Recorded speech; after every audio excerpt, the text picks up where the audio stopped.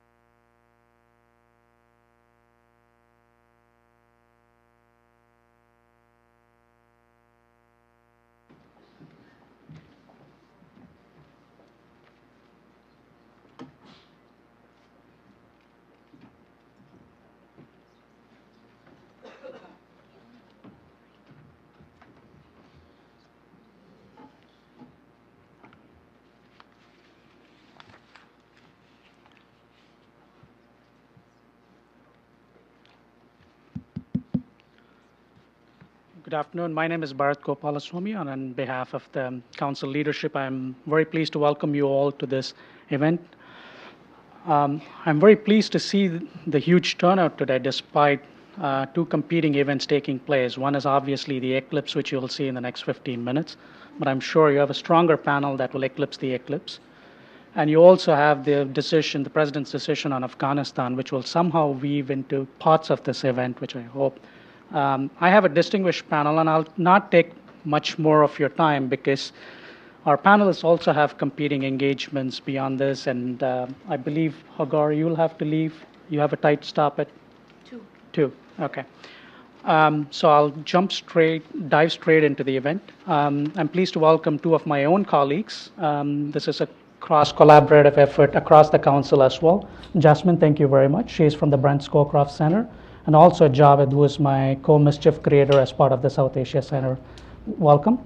And we are pleased to welcome both Chris Fair and Hagar, who have worked with us in the past, and we are delighted to work with them again. Thank you very much for your participation.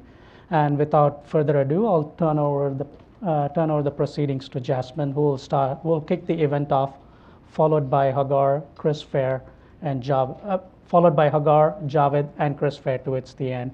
And I have requested the panelists to keep their remarks brief and short, 5 to 7 minutes, and then we will turn over the question and answer session to the audience.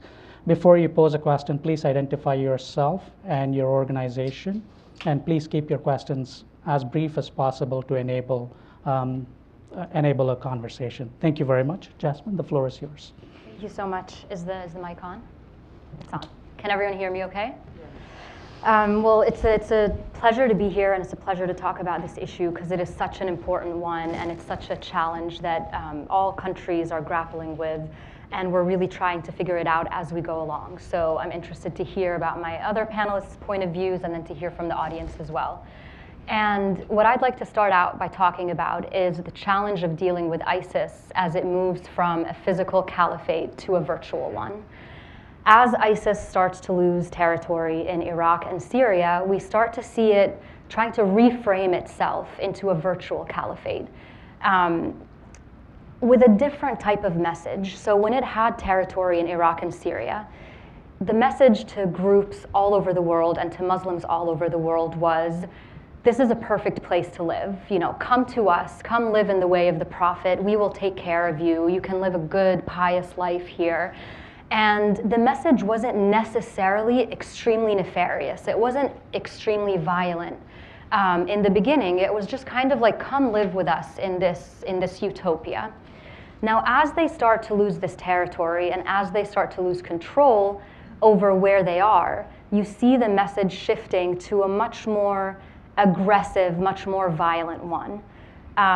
They're no longer telling people to come join them because they can't. And there's nowhere to join anyway. They're telling people to stay where they are and to just wreak havoc in their own societies. So the message is, stay where you are. We will provide you with all of the instructions, all of the information that you need to tear apart the fabric of your society. And that is what the challenge is that we have to grapple with today. So we've seen this particularly in Europe, in the US, as these lone wolf attackers and other people who don't necessarily seem to be part of a group or part of ISIS per se. We've seen attacks, the truck attacks, Nice, Orlando, London, most recently Barcelona, these attacks that are incredibly difficult to proactively address for a couple of reasons. How do you, and this is the big challenge basically, right? The big challenge is, how do you prevent someone from being radicalized online? Not only how do you prevent someone from being radicalized online, how do you identify someone who's being radicalized online? How do you answer the questions of, why is this person becoming radicalized? How is he becoming radicalized? What are their grievances? If they don't have a criminal record and if they're not on the radar of the authorities, how do you know when to step in and whether you can step in legally? Questions that really are much more complicated and much more challenging than a drone strike on a target or a law enforcement operation. So you have a couple of measures that you can do, that you can take part in. One is a reactive measure, so things like taking extremist accounts offline, for example, once you identify them, or arresting people that are known to incite violence online. But what about proactive measures? What about preventative measures? And that's, I want to go through a couple of those right now, just broadly, and then I think my panelists are going to go into the country-specific challenges and opportunities.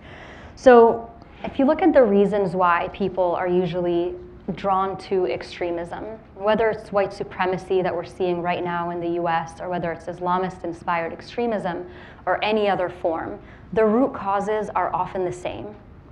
So it's disenfranchisement with your government. It's feeling persecuted or wronged, like you don't have a sense of justice.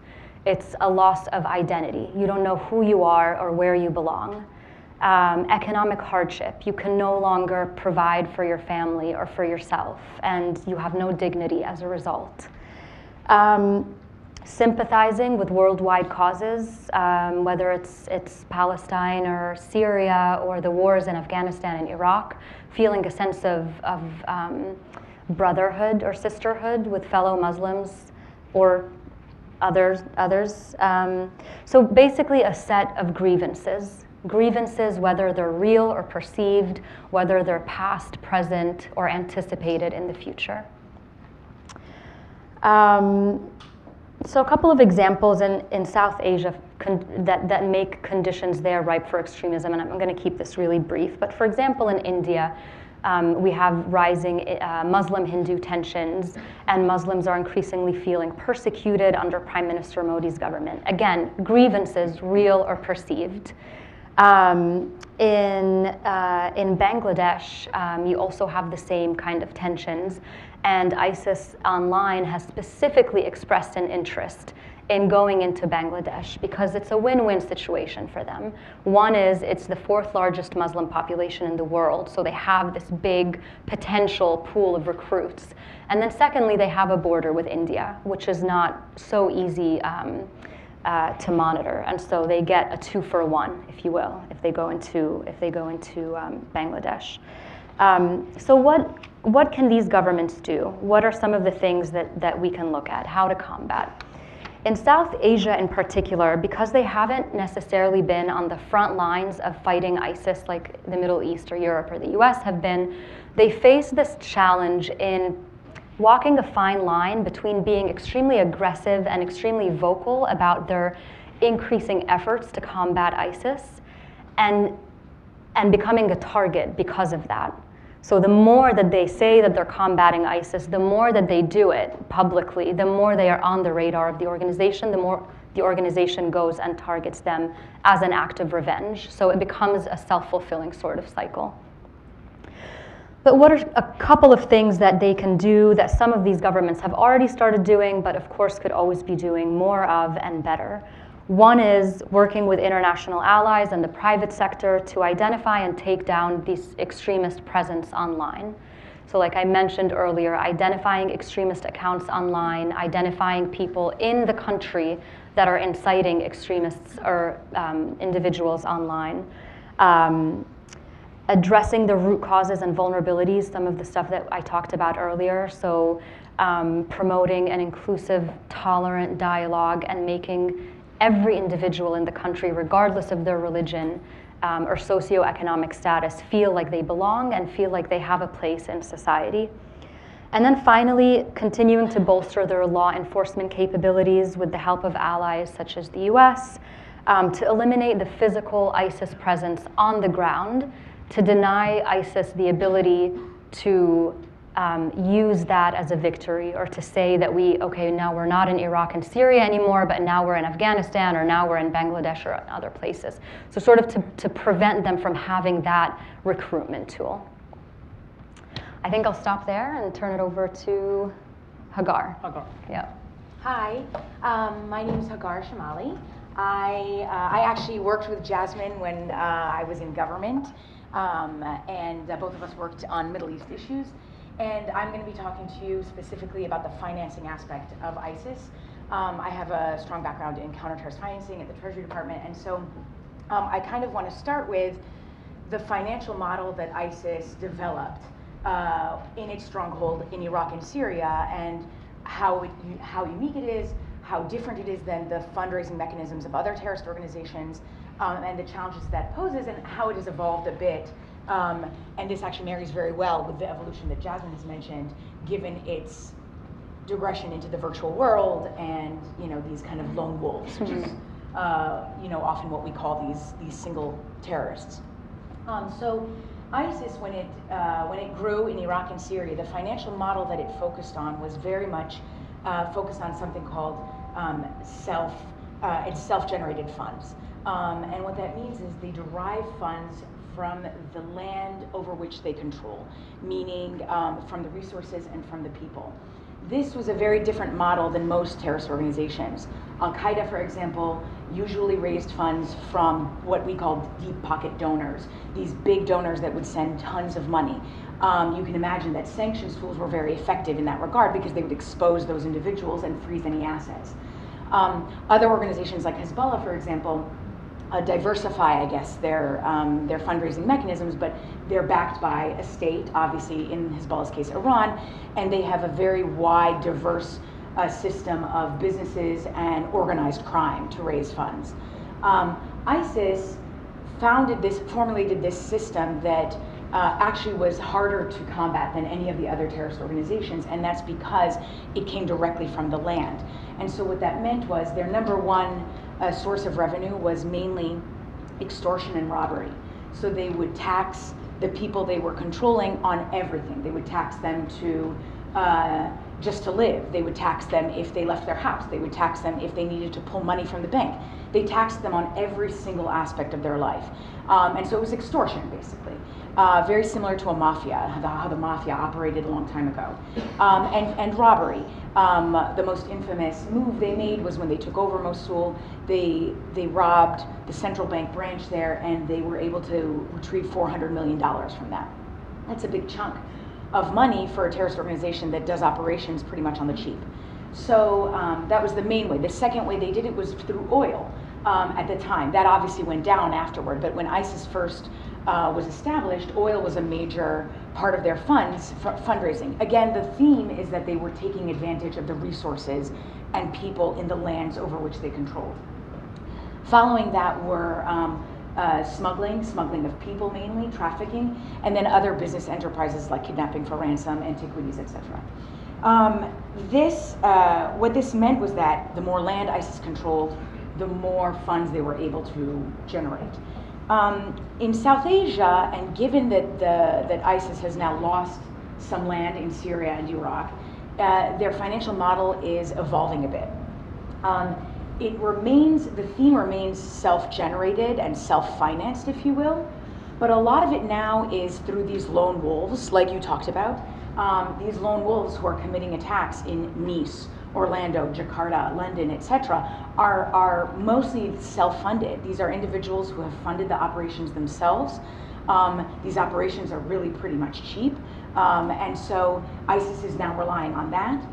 They're also taking advantage of the terrorist financing vulnerabilities that exist in South Asia already. South Asia is not new to terrorism. There are a number of terrorist groups in South Asia and in Southeast Asia that have proliferated. And they all pretty much focus on the same vulnerabilities in those regions to move funds and to raise funds. That's mainly porous borders and cross-border smuggling. In the case of ISIS, that is a lot of those in Iraq and Syria moving funds through the porous border of Afghanistan and Pakistan. The money is used there, and it even moves to Southeast Asia. For example, the Philippines, as you've seen, is a lot in the news lately.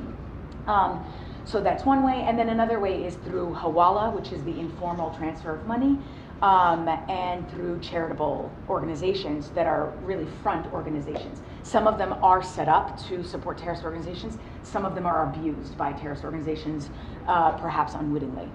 And so this has now it's evolved a bit, but again, the same focus is self-generated. What to do about it and the challenges that have been posed because of a self-generated system is that when it's self-generated, it's much harder to track. Almost like these individuals who sign up, they're much harder to find. And I know that social media actually has made a good effort on this. I think they obviously need to continue that. But when it's self-generated or when it's cross-border smuggling of cash, the running theme through all of that is that this is money that is very hard to track. So the usual typical financial tools like sanctions, interception of funds, working with banks, it doesn't have the same effect here as it would for other counter illicit finance goals. The four efforts that I would say that are the most effective and that have proven effective in the Middle East so far have been, number one, military operations. I'm not trying to say that as like a vague, scapegoat. And continued now with the coalition campaign in Iraq and Syria, the U.S. Treasury Department, at least for the U.S. government, the U.S. Treasury Department and DOD had always worked closely, as Jasmine and I can tell you, but they never worked closer than when they were working on the counter-ISIS campaign, including the counter-illicit finance campaign. And what that meant was that Treasury and Defense Department worked together to identify where ISIS was deriving its benefits. In this case specifically it was oil, and then the Defense Department was able to target those oil refineries, the production routes, the smuggling routes. It had a significant effect. And then also, of course, there's the fact that military campaigns to take land away from ISIS is going to have the same effect in terms of its ability to raise funds. The less land it has, the less ability it has to generate proceeds. So the first is military operations. The second is partnerships with relevant governments. In the case of Iraq in particular, this proved to be the most significant step in the gains that the Iraqi forces had against ISIS. And that goes on all levels, obviously military, as we can see in the press, but also financially. When ISIS took over Mosul, the US government worked with Iraq to isolate that area 150% from the formal financial system. No banking went in, no banking went out, nothing financial went in or out. So any funds that ISIS was able to generate from Mosul stayed in Mosul. They weren't able to use that money unless maybe there was somebody who was able to smuggle it out. But the point of these efforts are to make it harder, costlier, and riskier for these terrorist organizations to raise money and move money. So with that obviously goes shared timely intelligence and surveillance, especially when you're talking about lone wolves. And so that's going to be one of the most important efforts. And then lastly, it's, as I kind of hinted on the last point, it's preventing ISIS from benefiting from the proceeds they raise. So perhaps they raise money, but if they're not able to deploy it in any way or use it or move it, then it really actually has no value. There are different ways to do that, like I said, the way with what the Iraqi government did in Mosul. Another way is obviously for those lone wolves in particular, it's training banks to identify better suspicious activity when it comes to these single individuals whose financial transactions may seem completely benign. And it's going to be very difficult. I think it's going to be a challenge for the governments as well as for the private sector. But working with those banks, making sure they file suspicious activity reports to their financial intelligence units, and having governments like the US government and other governments, Australia, the Western European ones, et cetera, working with the South Asian ones to make sure that they have the intel needed or the wherewithal to identify suspicious activity is going to be critical in cracking down on ISIS financing efforts in that region. And I'll stop there. Okay, thank you. Javed?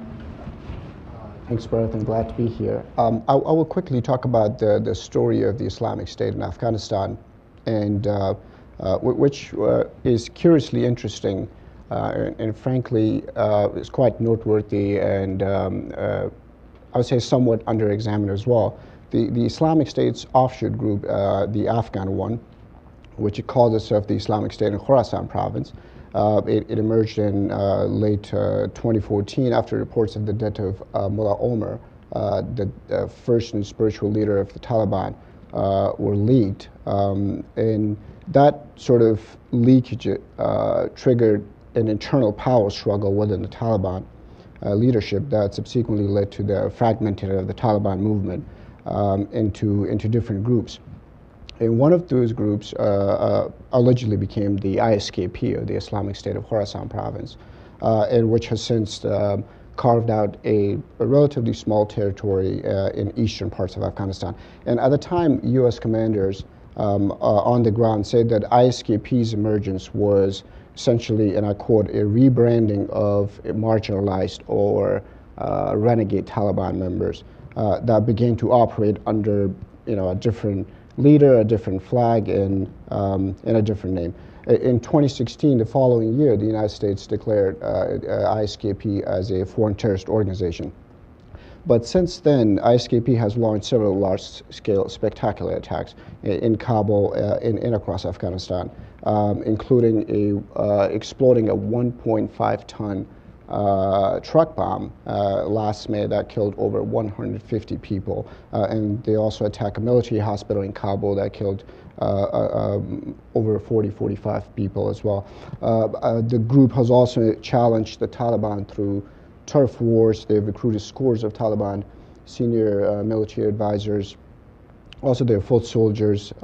They run their own radio station called the Voice of the Caliphate to disseminate their propaganda in a almost daily 90-minute broadcast. The group even operate, or until recently operated, its own schools and madrasas in recent Afghanistan. ISKP's overall current strength is estimated to be between 700 to 1,000 fighters, but there's little information about where the group gets its material and financial support from, which group it closely affiliates with, and how much the core ISIS leadership in Iraq and Syria exercises over it with respect to targets and other instructions over operations. But one thing is clear, which is that ISKP has absolutely no friends in Afghanistan. Many leaders believe that Pakistan, and by many leaders I mean the many Afghan leaders, when you speak to, believe that Pakistan is in fact complicit in Taliban's rebranding, and that elements within the Pakistani security establishment, particularly the intelligence apparatus, has manufactured ISKP as a new proxy group to shrewdly alternate their positions between the Taliban and ISKP in its favor. And doing so provides the Pakistani army, in particular, cheap and expendable assets to exploit in support of its regional statecraft, while offering Pakistan a plausible deniability. Now, there are at least 4 reasons that I'm going to list that could explain such claims. The first one is that it takes the Taliban, which has been Pakistan's long-term proxy, out of the public spotlight, at least temporarily. In the past year, this has become particularly important as Pakistan felt mounting pressure from the United States and regional countries, particularly the Chinese, about bringing in the Taliban into the negotiating table. Although Afghanistan has been in uncharted territory in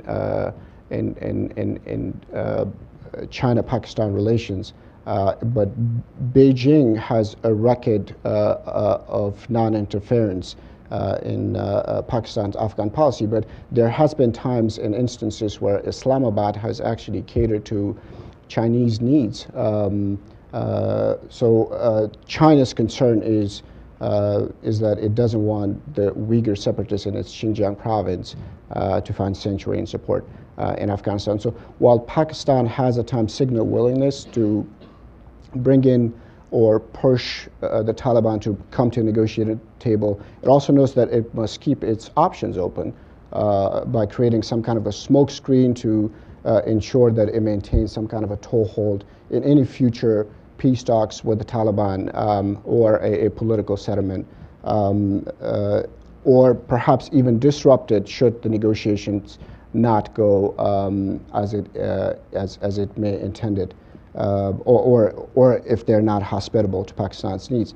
In other words, on the one hand, Pakistan would use the Taliban leaders to negotiate a favorable political settlement or a deal with the Afghan government. But on the other hand, they would exploit Taliban soldiers to disguise as ISKP fighters in Afghanistan as a discretionary tool to produce more chaos, violence, to stoke fear among the Afghan people, to undermine the Afghan government, and ultimately push them to create suitable conditions for a favorable political settlement with the Taliban. So that was the first reason. The second one was that while the ISIS's main dominion in Iraq and Syria is extraordinarily well financed if you compare it with its other ideological siblings, The resources of ISKP in Afghanistan is incredibly limited. The ISKP may be able to stage sporadic attacks across Afghanistan, but it cannot operate without material and logistical training, other support, mainly cash, weaponry, and manpower. Now, the problem is that the nearest ISIS base of operation is about 1,500 miles away from Afghanistan in Iraq and Syria. Yet there are ISKP fighters that infiltrate on a regular basis into Afghanistan from Pakistan. Secondly, the bulk of ISKP fighters are also coming from Pakistan's Orakzai and Moment agencies. So it's not unreasonable to question that without material support, financial network sanctuaries that may be provided by elements within the Pakistani establishment and their loyal proxy networks, money and people would not travel. And it's also noteworthy that nearly all of the groups founding in first-year leadership also hail from the Pakistani Taliban. That was the second one.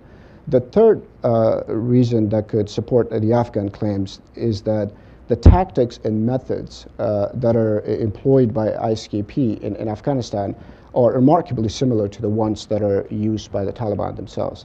So interestingly, both ISKP and the Taliban share the same targets. If you look at past attacks by both ISKP and the Taliban, they show that both groups have targeted pro-government forces, government buildings, institutions, and soft targets. And most of ISKP targets are also soft targets.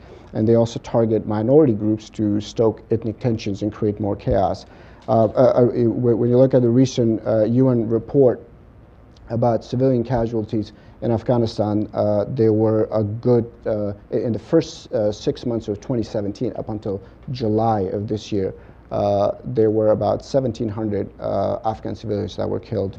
That was a 2% increase from the same time last year, and a tenfold increase by casualties that were caused by the Islamic State there, with an additional 23% rise in the number of women killed in Afghan war.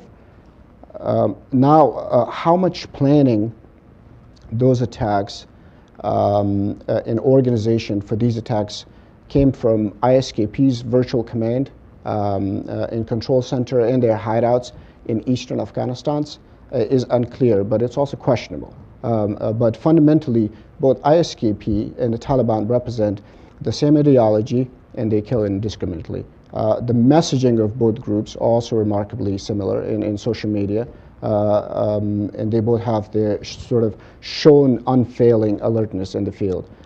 There's also, interestingly, no evidence of ISKP establishing any kind of operational base, either in Pakistan's Quetta or Sindh or Peshawar, similar to the ones they have in Afghanistan, Nangarhar province. That was the third.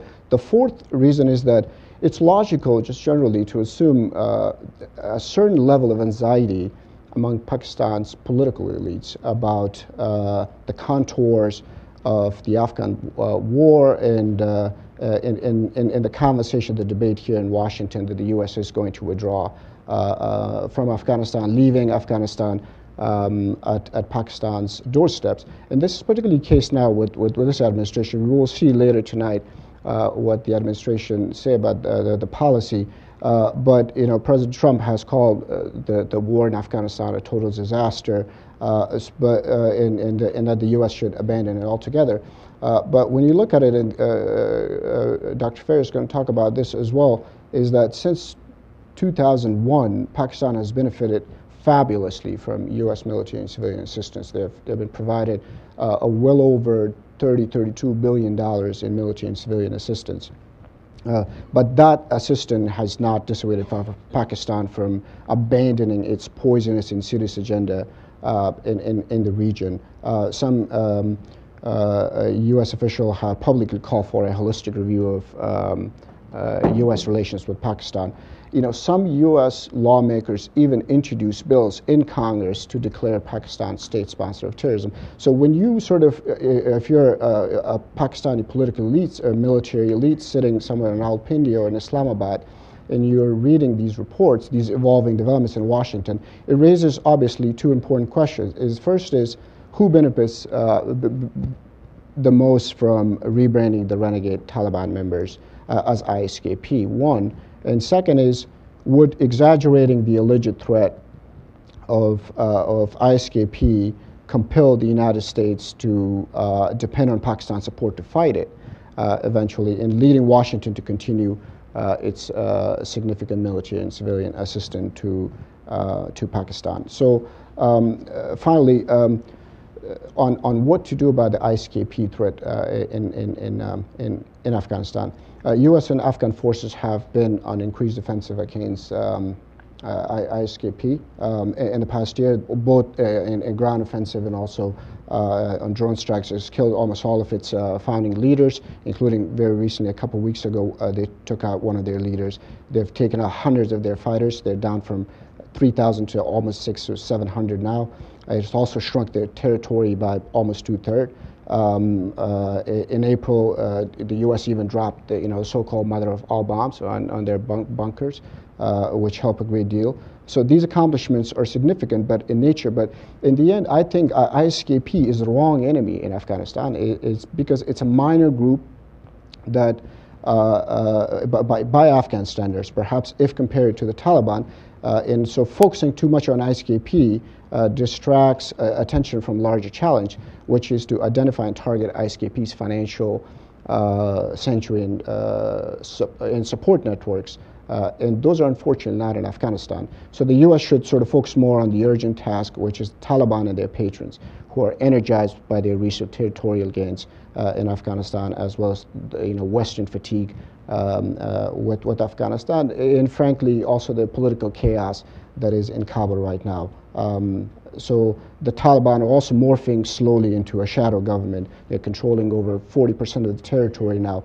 So focusing too much on ISKP now gives the Taliban the benefit of gaining more strength, and it also would provide them with the time and flexibility to consolidate that strength across Afghanistan. And we could sort of discuss more about the other stuff later in Q&A. Chris?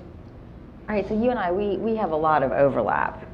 So I'm going to very briefly highlight a few things that didn't come out in your talk, but I suspect you and I are in complete agreement. So to restate, ISKP in Afghanistan, it's not tied to Iraq and Syria, and it principally has two sources. One of these sort of reflagged Taliban who have grown vexed with Taliban leadership, and one of the reasons that I think you might agree with but didn't mention explicitly is this frustration that the Taliban is essentially Pakistan's intelligence agency, the ISI, that the Taliban had really become the ISI's lapdog, and that the Taliban were being increasingly told what to do by the Pakistanis. So this was a way of getting themselves out of Pakistan's thumb and still continuing to be a player in the sort of militant milieu. The second source, which you also hinted at, is what I guess we could call reflagged Pakistan Taliban. Whereas the reflagged Afghan Taliban reflect endogenous trends within the different networks of Afghan Taliban, reflagging of Pakistani Taliban is really quite different. And again, we can identify at least two streams of this, and they're different, but ultimately they are interrelated. So Pakistan, for a number of years, had been waging this dog and pony show called Zarb-e-Azab. I used to call it Zarb-e-Nonsense because that's largely what it was. Zarb-e-Azab was one of Pakistan's recent operations that was supposed to target the militancy centers that are based in Pakistan's federally administered tribal areas. But for those of us that have been studying Zarb-e-Azab for several years, what Pakistan was really trying to do was reorient most of these militants that were part of the Pakistani Taliban. What doesn't get explained enough in environments like this, because it's a little bit inside baseball and y'all want to watch the eclipse or something, is that these groups have one ideological strand of Islam that they all follow. They're all Deobandi. So there would be no Pakistan Taliban, for example, if there had been no Afghan Taliban, which we know has generously benefited from all manner of Pakistani support. But there would also be no Pakistani Taliban had Pakistan not raised and nurtured other Deobandi militant groups. So, for example, Jaish-e-Mohammed, Harkat al-Ansar, Harkat al-Jihad, etc. So part of Pakistan's strategy was to take those elements of the Pakistani Taliban that had closer ties or willingness to fight in Afghanistan and move them there.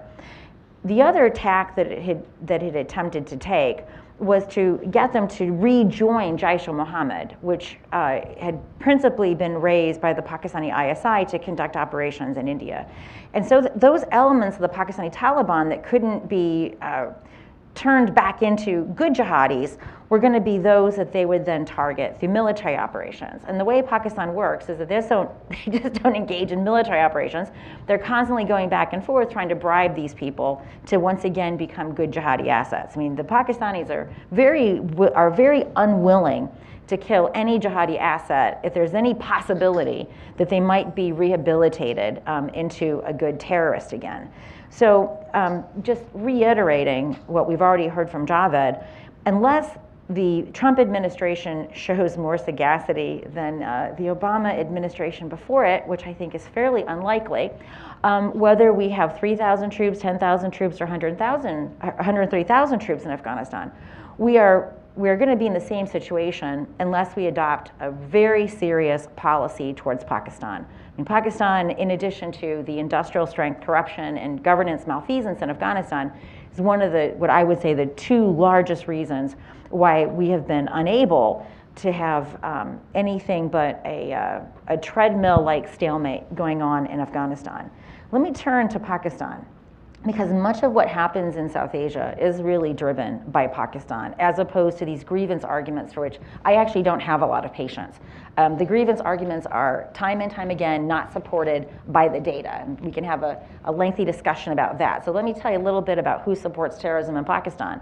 Not poor people, not undereducated people. The folks that support terrorism in Pakistan are in fact middle class, they're urbane, they're well educated. The people who dislike them the most are in fact poor people living in cities. And the reason for this is actually straightforward.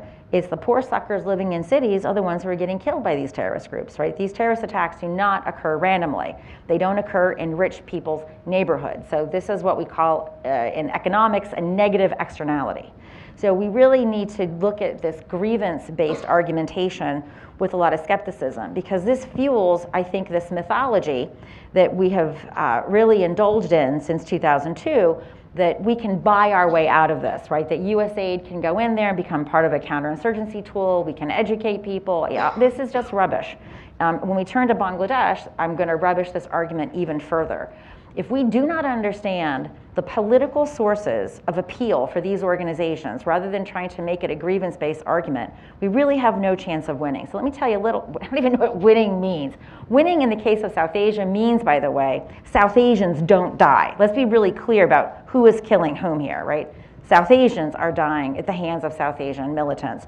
ISIS in South Asia is not a problem for us. Our problem, let's be really clear, in case there's any confusion because it hasn't been said, are white supremacists. And if you think I'm exaggerating, please go to the University of Maryland's website where START is housed. They house the global terrorism database. Europe is dealing with an ISIS threat. But ladies and gentlemen, we're more likely to be killed by a white lunatic with an AR-15 with a beer gut stuffed into a second-hand military surplus battle rattle. So I want to really make sure that you understand that when I talk about ISIS in South Asia, the victims are South Asian. People that are killing us here in the United States, not ISIS. They're white supremacists. Not enough people are saying this. So let's go to the Pakistani case, because tens of thousands of Pakistanis have been killed by these people. And Pakistan is it has a strategic problem on its hands. Since 1947, not since 1989 or whatever magical mystery number the ISI provocateurs that come to events like this like to say, Pakistan has been in the militant business since 1947.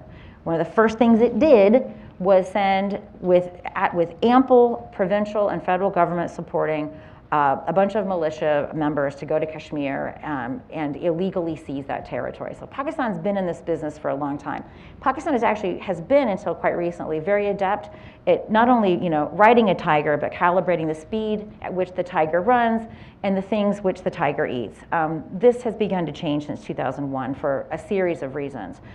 But many of the groups that Pakistan raised and nurtured for killing Indians, so Harkat al-Jihad Islam, Harkat al-Ansar, Hul Mujahideen, and for killing Afghans, the Taliban, they come from this Deobandi milieu.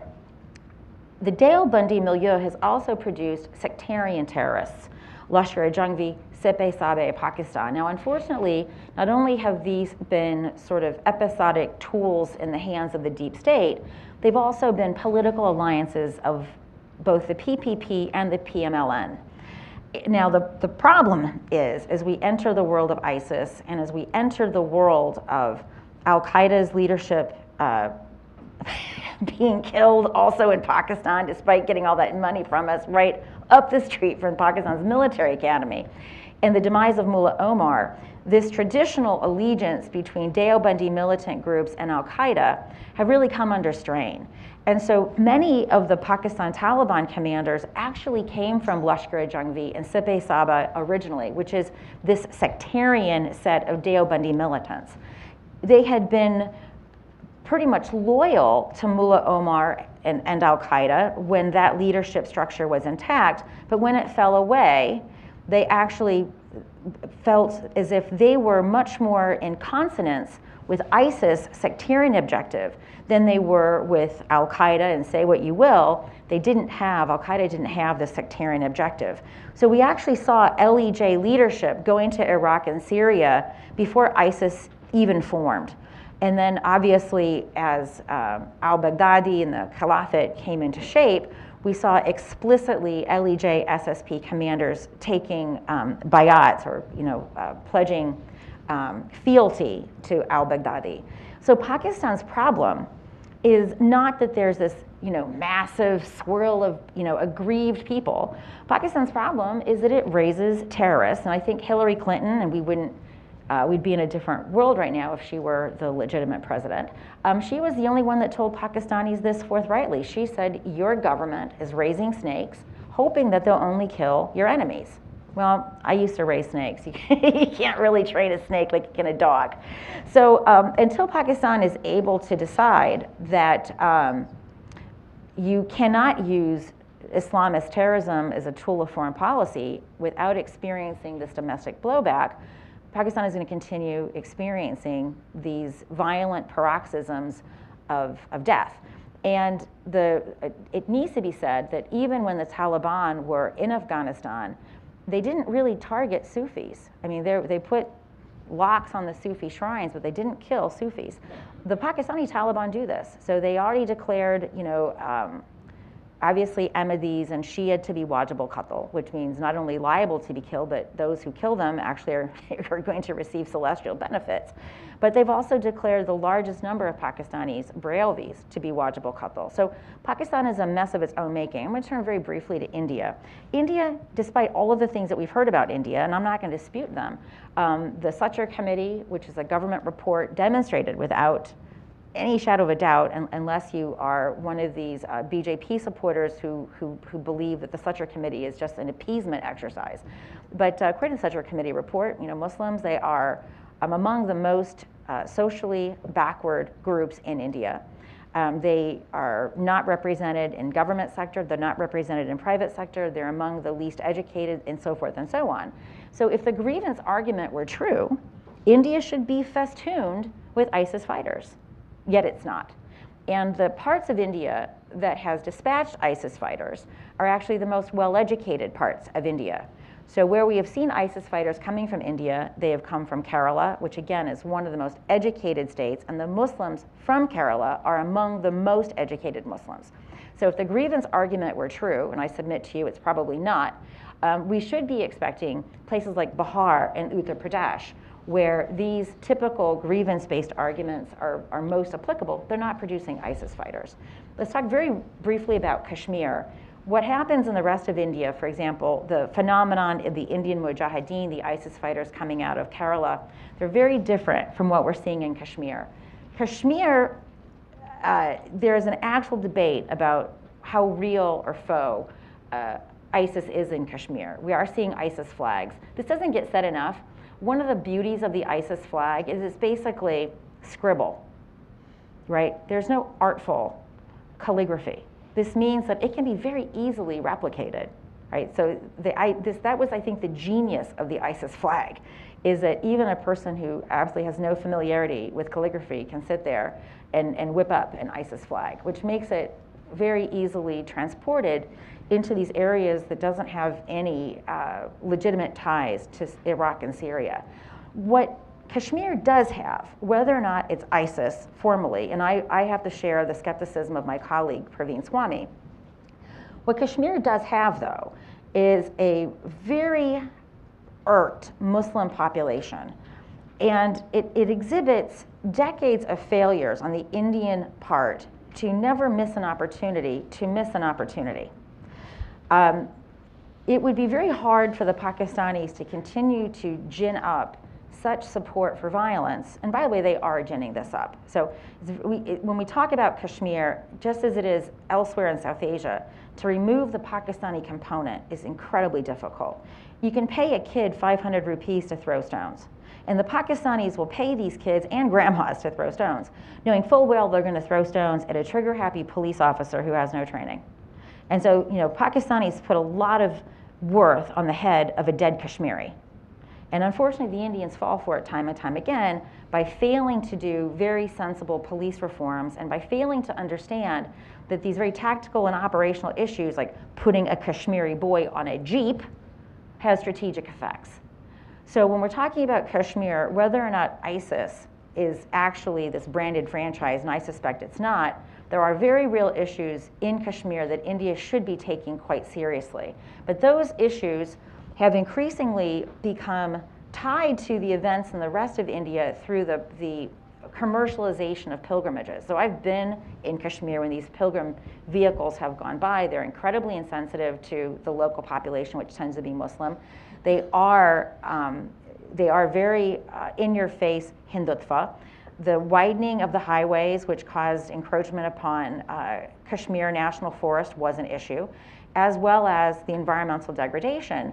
When you see these pilgrimage vehicles putting to the highway, they also leave in their path a bunch of trash. So there are real issues in Kashmir that need to be dealt with. I know, you asked me to do South Asia, dude, and there's a bunch of countries in South Asia. And I'm now going to turn to Bangladesh.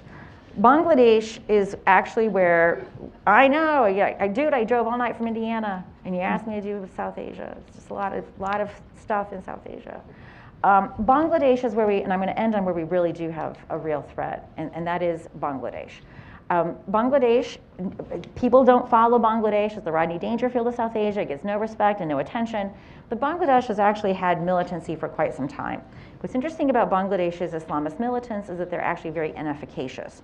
If you look at the data from the Global Terrorism Database, per attack, they get about 1 fatality. Right, so if we had the fatality yield of Pakistani terrorist groups, we would all be screaming up and down, what the heck is happening to Bangladesh? But so far, the terrorists in Bangladesh are quite incompetent, so we've managed to not care about them. Nor has suicide bombing fructified in a very serious way in Bangladesh. Of course, suicide bombing has begun to emerge in Bangladesh. Like every other country in South Asia that's dealing with Islamist militancy, the Sheikh Hasina government has been incompetent, to say the least.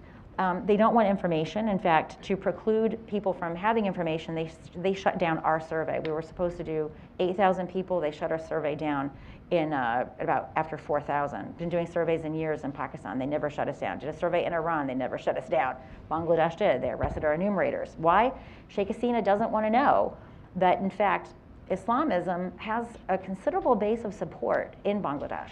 There's not a lot of support for the tactic of terrorism, but there is quite a bit of support for the goals of these organizations, and I can tell you that based upon the preliminary analysis of our data. However, just as in the case of India, the people that are joining ISIS are not poor and they're not undereducated. The previous wave of Bangladeshi militants had much more conformity to that sort of hypothesis, but they were much more aligned to al-Qaeda and the Taliban for historical reasons because of the Bangladeshis that served in Afghanistan.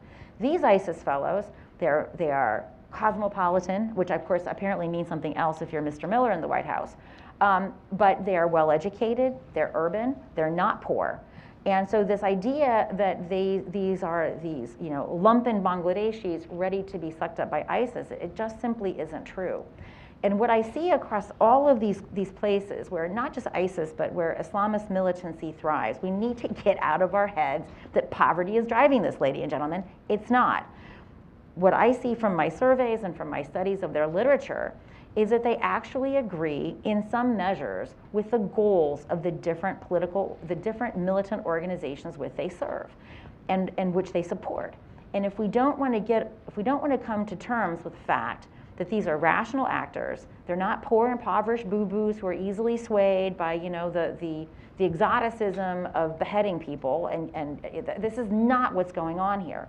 If we're not willing to actually spend the time to look at the way in which ISIS is able, and not just ISIS, by the way. ISIS is the new flavor of the day, but all of these countries, as Javed noted, have actually more serious Islamist militant groups. We're not going to buy our way out of this with US aid and development programs. What we really need to be spending a lot more time doing, and this is going to require resources, is understanding what is the source of political appeal that these organizations have in the countries in which they operate. And finally, Burma. I'm not going to talk about it here, I don't have the time. But Burma is, if you pay attention to Burma, all of these groups are active in Burma. Lashkar-e-Taiba, ISIS. Burma is a country that we talk about for a lot of reasons, but probably not for the reasons of this discussion.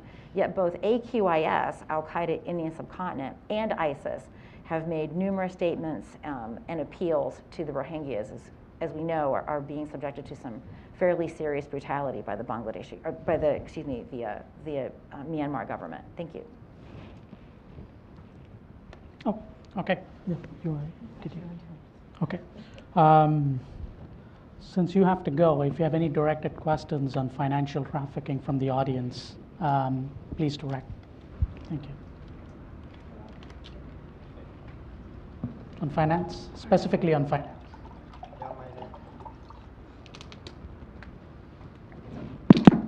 Yeah, my name is Muhammad with an Iraqi embassy. My questions to Mr. Shamali.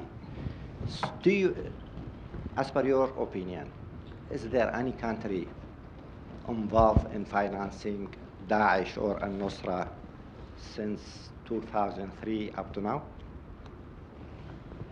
So they're different first in terms of al-Nusra and ISIS. What I've seen more is not so much a government. I've not seen a government financing ISIS or al-Nusra. What I've seen is governments turning a blind eye to financing going on within their borders.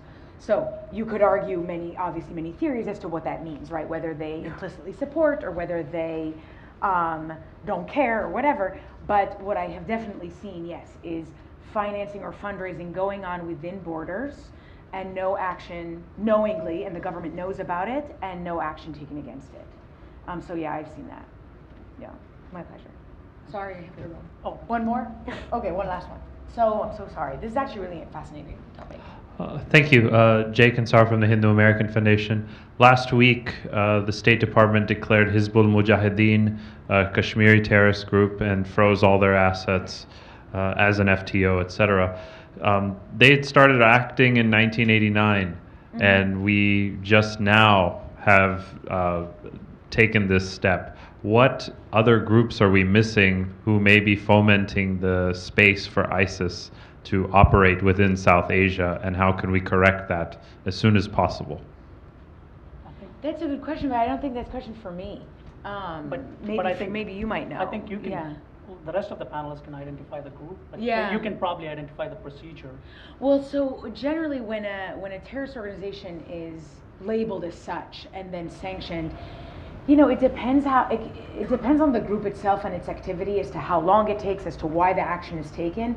I've never seen in my time in the U.S. government, I was with the U.S. government for 12 years and with Treasury for 9, I never saw like a political reason as to why a terrorist organization wasn't labeled as such. The reason might be a gathering of evidence, it might be a sentiment among the population and what the population believes, a record of its history and attacks, or all those things. It still doesn't get so much on the financing aspect, because that's the action to designate a terrorist organization as one has, by the State Department in particular, has financial implications, but it's more about that type of action is much more about exposing that organization and its behavior and trying to do some counter messaging as well, and making sure that people don't follow it, making sure that if they have businesses that people aren't involved with them unwittingly. So the process just kind of depends. But as per the groups, I am sure there are many groups that have not yet been targeted, and I'm certain that the U.S. government probably knows about them, because in my experience, the local populations are very good at telling the embassies, this is what we're seeing, and then the embassies are very good at telling Washington. It just, in terms of timing, it depends sometimes on foreign policy or how much does it take, or what is the tipping point before designating? Yeah. A terrorist organization as a terrorist organization? I don't really know. I know more about what the tipping point in terms of targeting a terrorist financier. And for that, it's just, there has to be a very significant evidentiary, what we at Treasury used to call evidentiaries. And so what they were hundreds of pages of usually classified information, sometimes unclassified, that would be sent to the Justice Department to prove that said person was financing terrorism, or financing drugs, or financing proliferation, whatever the criminal activity was. All right. Thank you. Yeah. Thank you for having me. And do you want to jump on identifying the other groups? Yeah. So in my experience in South Asia, these designations are in fact very political. I haven't seen one when they haven't been political. So I wish that she could have stayed here and we could have had this discussion. The U.S., unlike the EU, and even, I don't think the UN, has the UN declared HISB yet? I don't think they have. No. But the U.S., there's a reason for that. HISB is a very, they have been historically viewed as an indigenous militant group. In terms of its cadres, they have been historically viewed as mostly Kashmiri, whereas Lashkar-e-Taiba actually is mostly Punjabi. The funny thing is, in my own data collection, HISB is not overwhelmingly Punjabi, or is not overwhelmingly Kashmiri. So that may have been one of these myths that get told over and over again in these analytical circles. But I think that the sort of deference to Pakistan may have been something that drove our reluctance to declare HISB for so long. That's kind of hard to say, because we've been very aggressive on LET, and we declared that over Pakistan's dead body, basically. But these designations, I want you to understand, in my view, in my experience, have not been very effective. And the reason is that we've got this other partner called Saudi Arabia. And I wish that she had actually been here to explain the process. Essentially what these designations do is it allows us to go after their resources in different places. Well, we can't just go to an ally and say, we've just designated this organization, we want you to hoover up all of its money and put it in a safe, right? That just isn't how it works. And so you actually, and militant groups or terrorist groups understand this. And the Saudis have been a really humongous pain in our posteriors, and they've been very reluctant to comply with any of these efforts to get their money, quarantined. And I have to say, President Trump actually got something right, although I'm pretty sure it was by accident, and that was by identifying Qatar. Qatar has for years been a really important source of terrorist financing. I guess the problem is he didn't know that we actually have CENTCOM based there. So these designations, in my experience, don't mean much. And I think it's more of a political optic to India to say, we do value this relationship. We don't have a lot of new gives to India. I did my dissertation, for example, on the Khalistan insurgency. The decision to declare the All India Sikh Federation, that was very much a political decision. It wasn't driven by evidence. We designated it long after it stopped being effective, and we did that because of our growing relationship with India. So that's not something, this designation stuff is important because it sends a signal, but it doesn't degrade their capabilities. Jamaat al-Dawa, for crying out loud, it's been designated forever, and they just floated a political party, right? So let's not get too excited about this designation. It's not going to have any functional effect upon the organization. Yourself? There's the mic. Hi, I'm Netra Halpern with Peace Films. My question is about the U.S. drone program. A couple of you mentioned that they took out some terrorists with the mother of all bombs and the bunkers. But my understanding, I think it's the same one, that was supposedly children and women in a compound. So, and I've read, also read the drone papers, which was written by The Intercept based on leaked CIA documents saying that according to the CIA itself, 90%, at least 90% of the victims of the drone bombings were not the intended targets. And even the intended targets are You based... actually didn't read that because that's not what the Intercept report said. And I know where you're going with this, so let's just talk about the drone program. So there is no singular drone program. There are multiple drone programs all over the world. We have DoD programs and we have CIA programs. So when people talk about the drone program, my BKVAS detectors go, start hitting 11. The programs, for example, in Afghanistan are not the same in Pakistan. So in Afghanistan, we use drones as we would a conventional aircraft. So when troops come under fire, what we would call troops in contact, TIC, if a drone is in the air with ordnance, that's the ordnance that gets dropped. Let's remember, folks, a drone is just a deliverance of ordnance. There's nothing magical about drones. The whole point of RMA, which is Revolution Military, what's wrong with me? Okay, by the way, ladies, when you go through menopause, you forget nouns. Revolution in military affairs happens. It's like having cancer brain or something, but it's menopause brain. The whole point of RMA is to put standoff between you and your opponent. So, for example, if you were on a naval ship that hopefully isn't being hit by another ship in the Navy, and you are launching cruise missiles, you are actually at no peril. So this idea that somehow drones makes us more prone to warfare because the pilot isn't exposed to risk is really quite preposterous. The debates are quite similar to when we moved from mounted cavalry to armored. It's like you go back and read the debates and said, who said it first? What is it about? So the drone program in Pakistan cannot operate without Pakistan complicity. The Pakistanis own the airspace, right? And they have to conflict the airspace with civilian and military and drone travel. The drone targets that were selected through intelligence-led operations, where we knew the actual identities of the individuals and what they were, there is no evidence that they are preponderantly killing civilians. Now, by the way, how do we know this? Anyone know how we know this or we don't know this? The fact is we don't know this because Pakistan has declared, has kept FATA as this legal black hole. Journalists can't go there with great difficulty can they send a stringer there, and Pierre Zubair can actually talk about this. Pierre himself is from the FATA.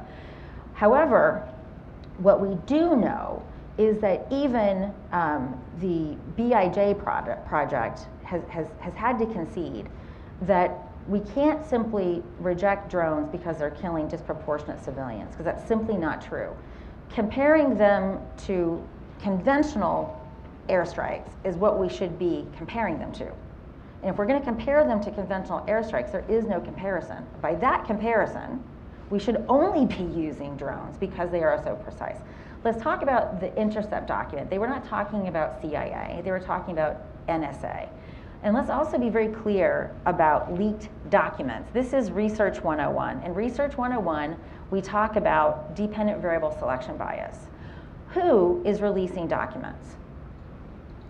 Are these people happy with what they do? No, these are people who have an axe to grind. Do these people represent the organizations which they serve? And are they, sort of the median person? Probably not.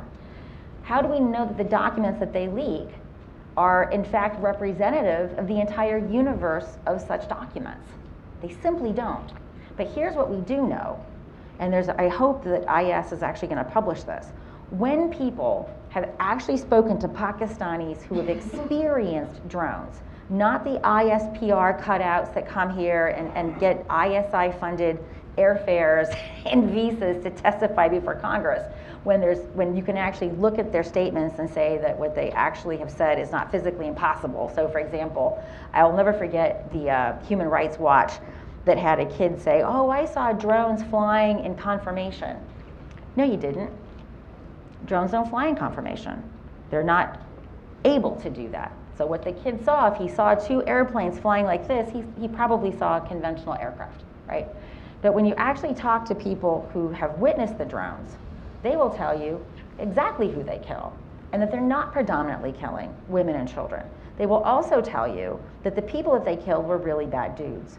So there is this really problematic effect with information, because the FATA has been closed off, that the farther you are from the actual impact of a drone, the more vulnerable you are to disinformation. But Aqil Shah has just conducted the largest interview sample of actual drone victims. By the way, the NYU Stanford report does not interview drone victims. They've created this new thing called experiential victims. So anyone sitting in Lahore can be an experiential victim. So I think that as we get more data about the Pakistan case, I think that this narrative is going to slowly give way to fact.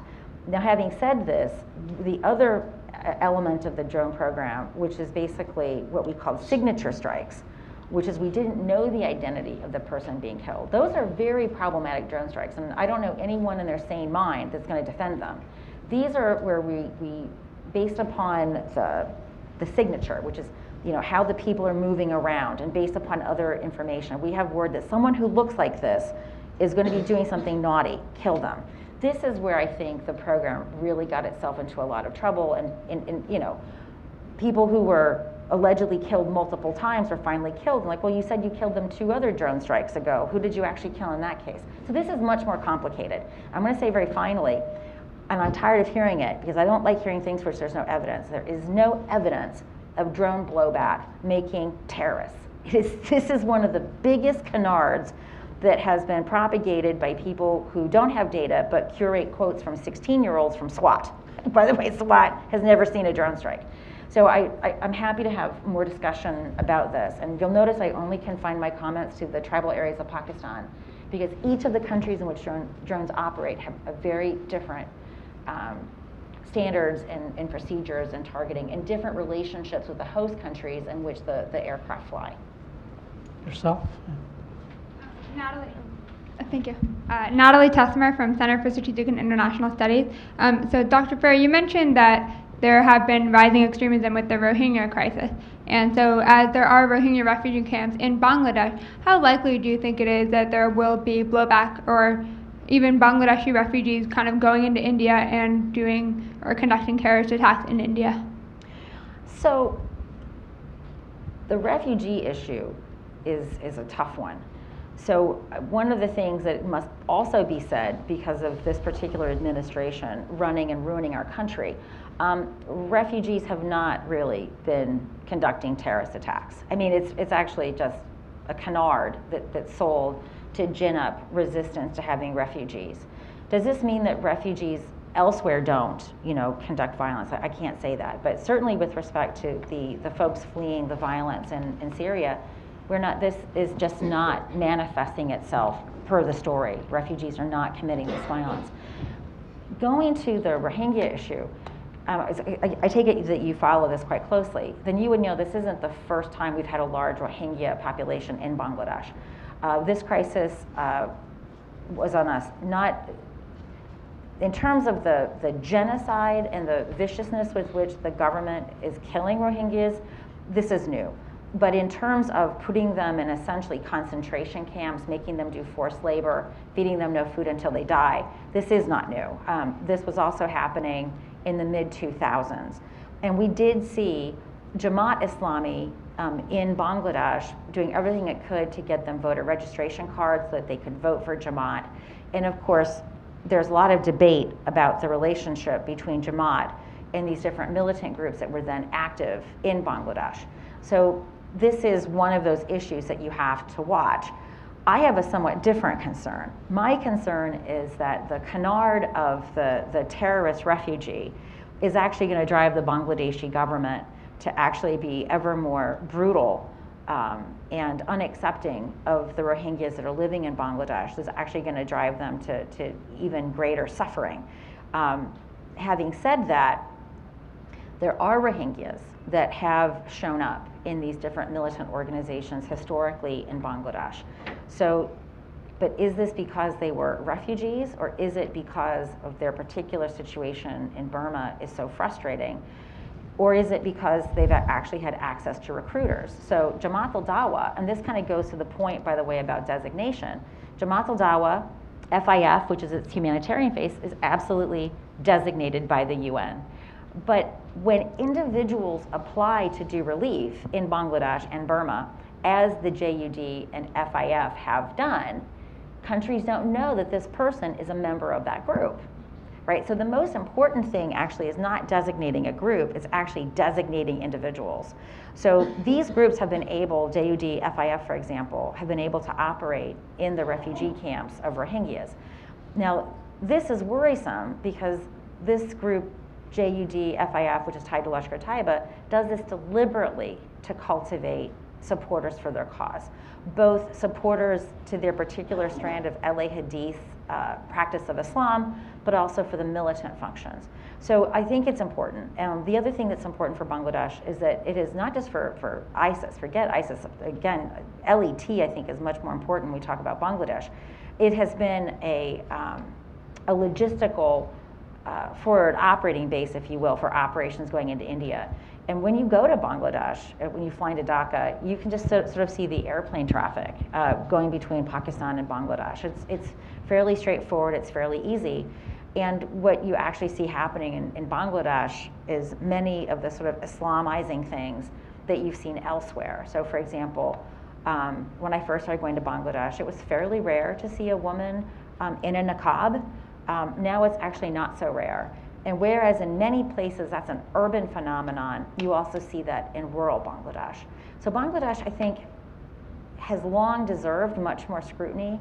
I don't mean scrutiny in a negative way, I mean intellectual curiosity than it has until recently. But this similarly applies to the Myanmar question. Yourself. Hi, my name is Anas. I'm intern in the Syria Institute. I'm sorry, could you speak into them? Okay. My name is Anas. I am an intern in the Syria Institute. I am Syrian myself as well. My question is about, I know the panel talked about the demise of ISIS and defeating the group, but looking at the Middle East now, I see the same factors that contributed to the rise of ISIS are still there. Demographic change, oppressed Sunni societies, increased radical Shia militias numbers, all of these conditions. So did we really treat the causes of ISIS? This has been my question. Rise of ISIS was my thesis. So I studied the group and the financing and the consequences of the failure of Middle Eastern politics that caused to the rise of the group. So my question is, did we treat these causes? Aren't they still there? How do you see the situation in general? You want to take it? You're talking about the Middle East specifically? Yes. The short answer to your question is no. We absolutely have not treated the root causes of the rise of ISIS. And the number one piece of evidence to that is that neither the Obama nor the Trump administration has insisted on addressing the fact that Assad is still in power in Syria, and that if he wasn't, that would take away one large factor of the rise of ISIS. So we go in and the US has always been reluctant to address root causes, sometimes for political reasons, but sometimes also because we simply don't have the strategic patience to address root causes. Right? We have political cycles that are 4 years at a time, and every time there's a new administration, there's a break in the continuity of efforts, and there could be a complete change in policy as well. So that makes it very difficult to address root causes of any kind of problem, let alone a terrorist or extremist problem. But to go back, because I think Christine and I, I don't know that we necessarily disagree, but the fact of the rise of extremism and why people become radicalized, I don't think grievances, I mentioned a list of 4 or 5 reasons why people turn to extremism, grievances being one of them. But grievances also don't have to do with just being poor. Osama bin Laden was a very rich, very well educated, very well traveled, very spoiled, aggrieved human being. And his grievance was political. Yeah, we agree on that. The political grievances. So I definitely agree with you. I don't think it's very useful for people to assume that if someone is poor and uneducated, then they're automatically a terrorist, or if they're refugees, then they're automatically terrorists. But grievances can be anything. They can be political, they can be social, they can be economic. And it's very rare that someone becomes a terrorist just for the fun of it, just because. There's always something behind it. Not to take up a lot of time, we can talk about this afterwards, but the short answer to your question is no, we don't address the root causes of extremism. We're not very good at it as governments. Well, we're not going to live with, ISIS is just the current manifestation of years and decades of the same types of grievances and problems that we've had in the region and in other places in the world. Before ISIS, there was Al-Qaeda. In different places in the region, there are other groups. ISIS is the latest manifestation because it's in a region where which we consider to be very strategic to our interests, and because right now they're very successful in inciting people to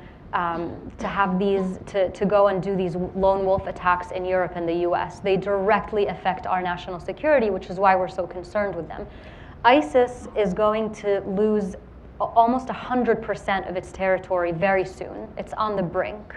That doesn't mean that it's going to become any less of a threat. And it doesn't mean that ISIS itself is a threat. It's the idea, it's the ideology, it's the set of grievances that can be manifested in all different kinds of languages and countries. That's the issue that we have to deal with, and it's not just about ISIS. So I want to make an intervention on this. So the U.S., I think, we're the great Satan. We hear it repeatedly. Every terrorist organization of an Islamist ideology identifies us as such. Yet it would be so easy to do in the United States what is happening in Spain, what's happening in Belgium, what's happening in France. It's not happening here. And even in terms of the numbers of people from the United States that has joined ISIS, we are so low at the list.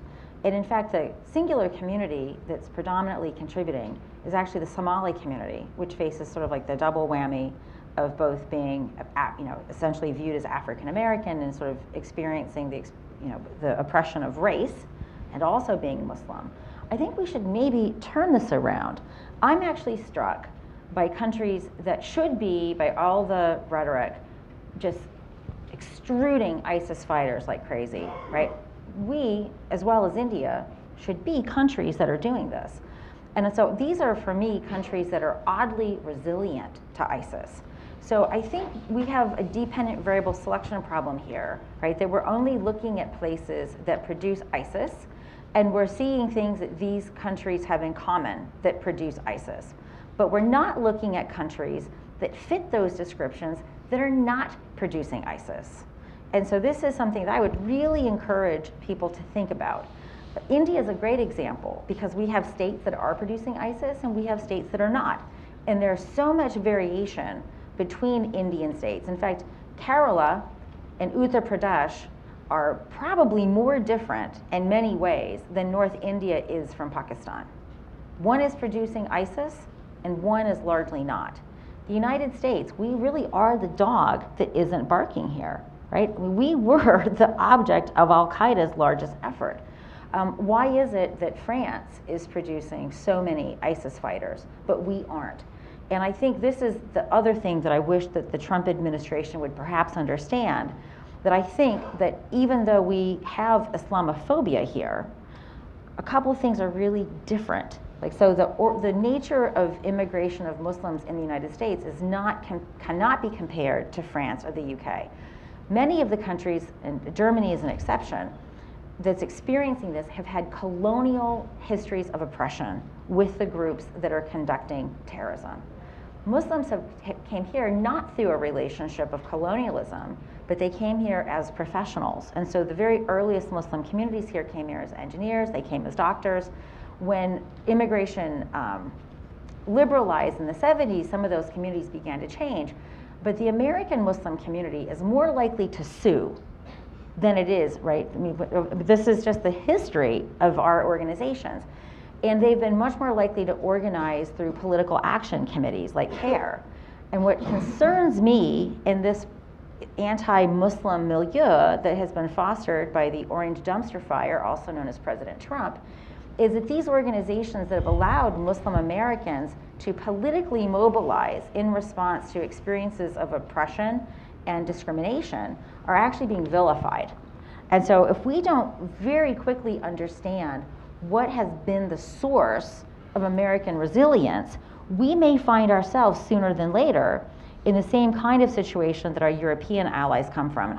And this is something I would kind of like people to leave away thinking. Why have we not been the object of massive ISIS attacks? We have obviously done something right, and we need to understand what we have done right so that that gentleman over there occupying the White House doesn't undo the sources of our resilience. Although I would... Yeah, if I can chime in on it, go ahead. Well, just to say, I mean, a couple of things. One is we haven't been subject to ISIS attacks, but that's not to say that we haven't been subject to ISIS plotting. And those are two different things. I think one of the things that makes us really... Plots are FBI con jobs. Now, this is a very real discussion to have. Sure. Right? No, and I don't think anyone would accuse me of being soft on terrorists, right?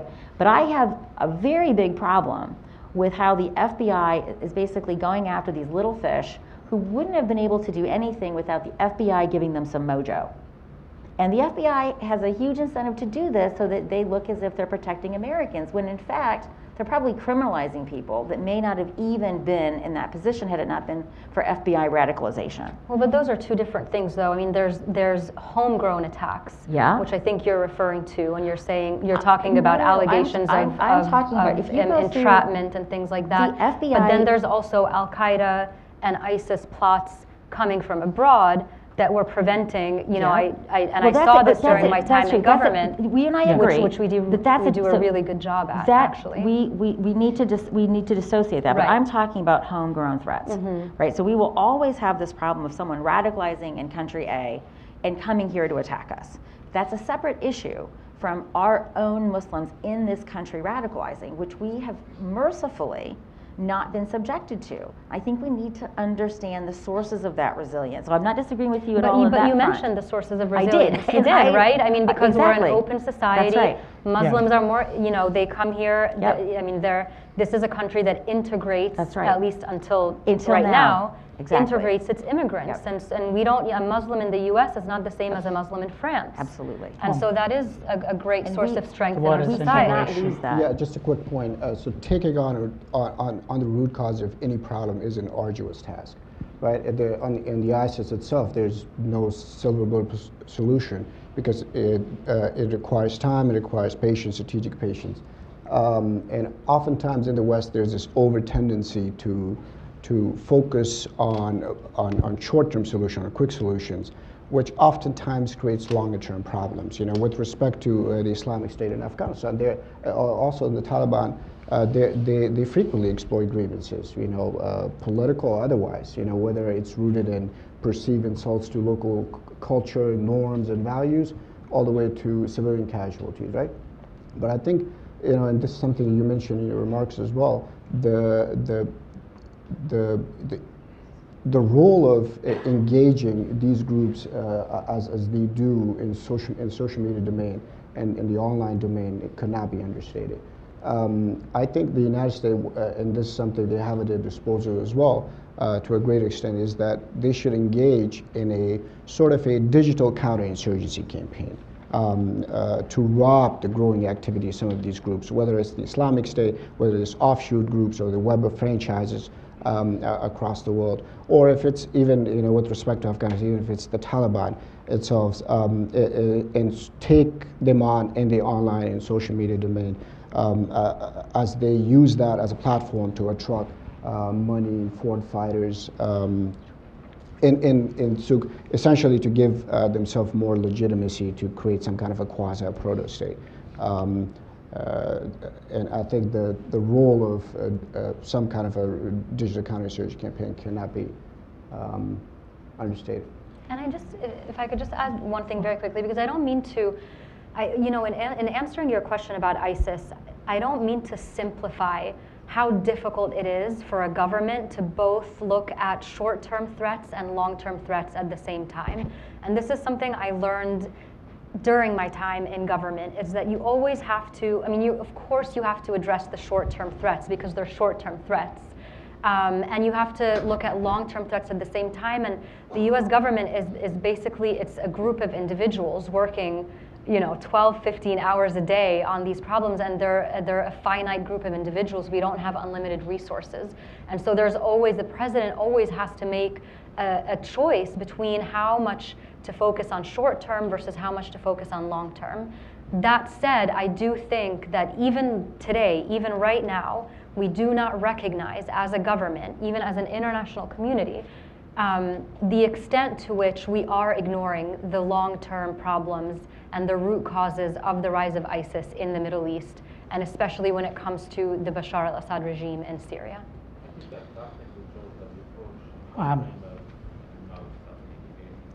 I know you all have a lot of questions, but I would, I'm up with time.